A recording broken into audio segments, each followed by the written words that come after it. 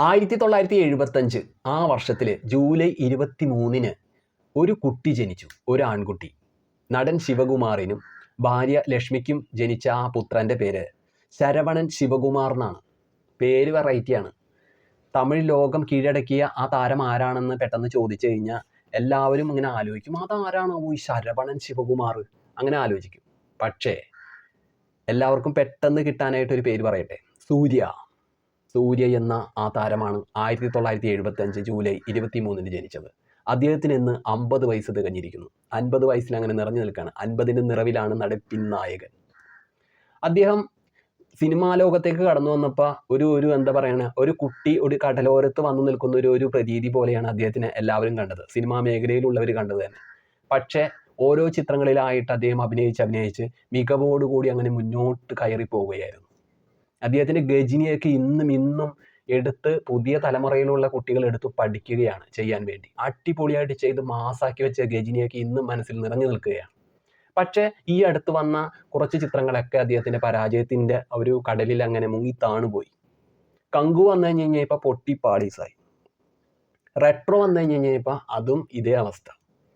ആകെക്കൂടി മനസ്സിൽ ഈ അടുത്ത കാലത്ത് ചേർത്ത് വയ്ക്കാവുന്ന ഒരു കഥാപാത്രം എന്ന് പറയുന്നത് വിക്രത്തിലെ റോളക്സ് എന്ന് പറഞ്ഞിട്ടുള്ള അതിഥി വേഷം മാത്രമായിരുന്നു. ട്രോൾ മെറ്റീരിയലായി മാറുകയായിരുന്നു സൂര്യ എന്ന് എല്ലാവരും പറഞ്ഞ് കളിയാക്കുമ്പോഴും, നടിപ്പിൻ നായകൻ്റെ കാലം കഴിഞ്ഞു എന്ന് പറഞ്ഞ് ഇങ്ങനെ തഴഞ്ഞു മാറ്റി വയ്ക്കുമ്പോഴും, സൂര്യയുടെ പുതുപുത്തൻ ചിത്രങ്ങൾ കടന്നു വരാനായിട്ടുള്ള ഒരു അരങ്ങേറ്റവും ആവേശവും ജനങ്ങളിലുണ്ടായി. ഇപ്പോഴിതാ കറുപ്പ് എന്ന ചിത്രം കടന്നു വരുന്നു. ബാലാജി സംവിധാനം ചെയ്യുന്ന കറുപ്പ് എന്ന ചിത്രം കടന്നു വരുന്നു. വരട്ടെ.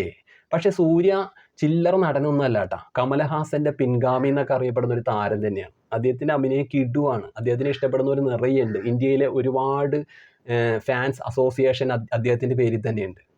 അദ്ദേഹം ജീവകാരുണ്യ പ്രവർത്തനത്തിൽ മികവുള്ള ഒരു മനുഷ്യനാണ്, മനുഷ്യ സ്നേഹിയാണ്. അഗരം എന്ന് പറഞ്ഞിട്ടുള്ള ഒരു ഫൗണ്ടേഷൻ അദ്ദേഹം രൂപകൽപ്പന കൊടുത്തിട്ടുണ്ട്. അറിയാമോ? അടിപൊളിയാണ്. ഒരുപാട് കുഞ്ഞുങ്ങൾക്ക് വിദ്യാഭ്യാസ കാര്യങ്ങൾക്കും അവർക്ക് തൊഴിൽ കിട്ടുന്ന കാര്യത്തിനും അവർക്ക് രോഗങ്ങൾ വരുമ്പോൾ ആ രോഗങ്ങളെ ചികിത്സിച്ച് ഭേദമാക്കുന്ന കാര്യത്തിനും ഒക്കെ ഇദ്ദേഹം വമ്പൻ കോടി തുക അദ്ദേഹം ചെലവഴിക്കുന്നുണ്ട്. അഗരം ഫൗണ്ടേഷൻ ആരംഭിച്ചത് 2006-ലാണ്. അതുപോലെ തന്നെ 2007 കിഡ്നി ഫൗണ്ടേഷൻ റിസർച്ച് സെൻറ്റർ അദ്ദേഹം രൂപകൽപ്പന ചെയ്തു. അദ്ദേഹം അതിന് വേണ്ടിയിട്ട് അതിൻ്റെ ചെയർമാനായിട്ട് നിലനിൽക്കുന്നു. അതിൻ്റെ സൂത്രധാരനും മുഖ്യ ശില്പിയുമൊക്കെ നമ്മുടെ സൂര്യയാണ്. 97 വർഷത്തിലാണ് സൂര്യയുടെ ആദ്യമായിട്ടുള്ള കടന്നുവരവ്, സിനിമാ ലോകത്തേക്കുള്ള ഒരു വരവ് തന്നെ, ഒരു കടന്നു കയറ്റം. അന്ന് നേർക്ക് നേർന്ന ചിത്രത്തിലൂടെയാണ് സൂര്യ ആദ്യമായിട്ട് അഭിനയിച്ചത്. പിന്നീട് നന്ദ എന്ന ചിത്രത്തിലൂടെ സൂര്യ നല്ലൊരു വാണിജ്യ വിജയം കൊയ്യാനായിട്ട് ആ സിനിമയെ സഹായിക്കും വിധം അഭിനയിച്ച് അടിപൊളിയാക്കി മാറ്റി. പിന്നീട് കാക്ക എന്ന ചിത്രം 2003 ഇറങ്ങി. അത് അടിപൊളിയായിരുന്നു. പേരഴകനും പിതാമഹനും ഒക്കെ സൂപ്പറായി മാറി. പിന്നീടാണ് ഒരു വമ്പൻ വരവ് 2005. ഞാനൊക്കെ ഞെട്ടിപ്പോയിട്ടുണ്ട്. ഗജിനി എന്ന ചിത്രം കിടുവല്ലേ, അടിപൊളി. അസിനൊക്കെ നായികയായി മാറിയ ഗജിനി സൂപ്പറാണ്. ഞാൻ ആദ്യം തന്നെ ഗജിനിയുടെ കാര്യം പറഞ്ഞെങ്കിലും പിന്നീട് എടുത്ത് പറയാണ്, ഗജിനി സൂപ്പർ ചിത്രമാണ്. പെട്ടെന്ന് നമുക്ക് സൂര്യ എന്ന് പറയുമ്പോൾ ഓർത്തു വയ്ക്കാവുന്ന ചിത്രമാണ് ഗജിനി. ആൻറ്റിറോഗ്രേഡ് എന്ന ആ ഓർമ്മക്കുറവിൻ്റെ അസുഖം ബാധിച്ച ചെറുപ്പക്കാരനായിട്ട് സൂര്യ സൂപ്പറായിട്ട് മാറ്റുകയായിരുന്നു ഗജിനി എന്ന ആ സിനിമേനെ തന്നെ. അടിപൊളിയാക്കിയത്. കിടു. പിന്നീട് വാരണമായിരം, അയൻ, അങ്ങനെ ഒരുപാട് ചിത്രങ്ങൾ കടന്നു. സൂര്യയുടെ കാലം എന്ന് പറഞ്ഞ സുവർണ്ണ കാലം തന്നെയാണ് ആ കാലഘട്ടം. 2005 മുതൽ അങ്ങോട്ട് സൂര്യ കത്തി കയറിയായിരുന്നു. സിംഗമൊക്കെ വേറെ ലെവലായിരുന്നു.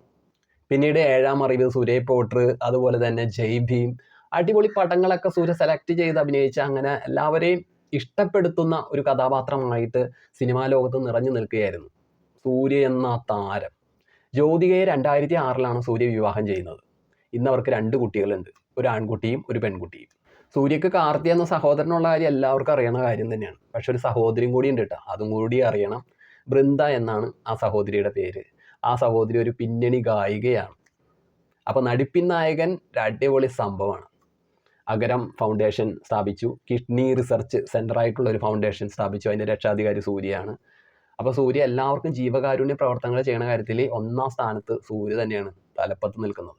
ഇപ്പം ഈ അടുത്ത് ഒരു അപകടം പറ്റി നമ്മളെ വിട്ടുപോയ, സിനിമാ ലോകത്ത് നിന്നും മൺമറഞ്ഞു പോയ സ്റ്റണ്ട് മാസ്റ്റർ മോഹൻ രാജിൻ്റെ മക്കളുടെ പഠന ചിലവ് സൂര്യ ഏറ്റെടുത്തിട്ടുണ്ട് കേട്ടോ. ഈ അടുത്ത ദിവസം തന്നെയാണത്. അപ്പോൾ നടിപ്പിൻ നായകൻ ഒരു 1-ാം തരം മനുഷ്യ സ്നേഹിയാണ്, അത് ഓർത്തു വെച്ചോ. പൂവെല്ലാം കേട്ടുപാറ എന്ന് പറഞ്ഞിട്ടുള്ള ചിത്രത്തിൽ വെച്ചാണ് ജ്യോതികയും സൂര്യയും ആദ്യമായിട്ട് കണ്ടുമുട്ടുന്നത്. പിന്നീട് ഇവർ ഒന്നിച്ച് 7 സിനിമകളോളം അഭിനയിച്ചിട്ടുണ്ട്.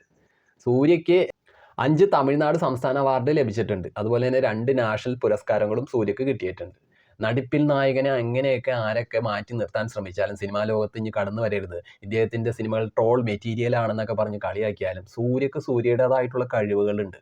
അത് ഉപയോഗപ്പെടുത്താൻ അറിയുന്ന സംവിധായകർ കടന്നു വരുന്നില്ല എന്നാണ് എനിക്ക് തോന്നുന്നത്. എന്തായാലും കറുപ്പ്, ബാലാജി ഒരുക്കുന്ന കറുപ്പ് എന്ന ചിത്രം കിടിലൻ സംഭവമായി മാറും എന്ന് തന്നെ ഞാൻ ആശംസിക്കുന്നു, പ്രതീക്ഷിക്കുന്നു. ആ ചിത്രം കടന്നു വരാൻ കാത്തിരിക്കുന്നു.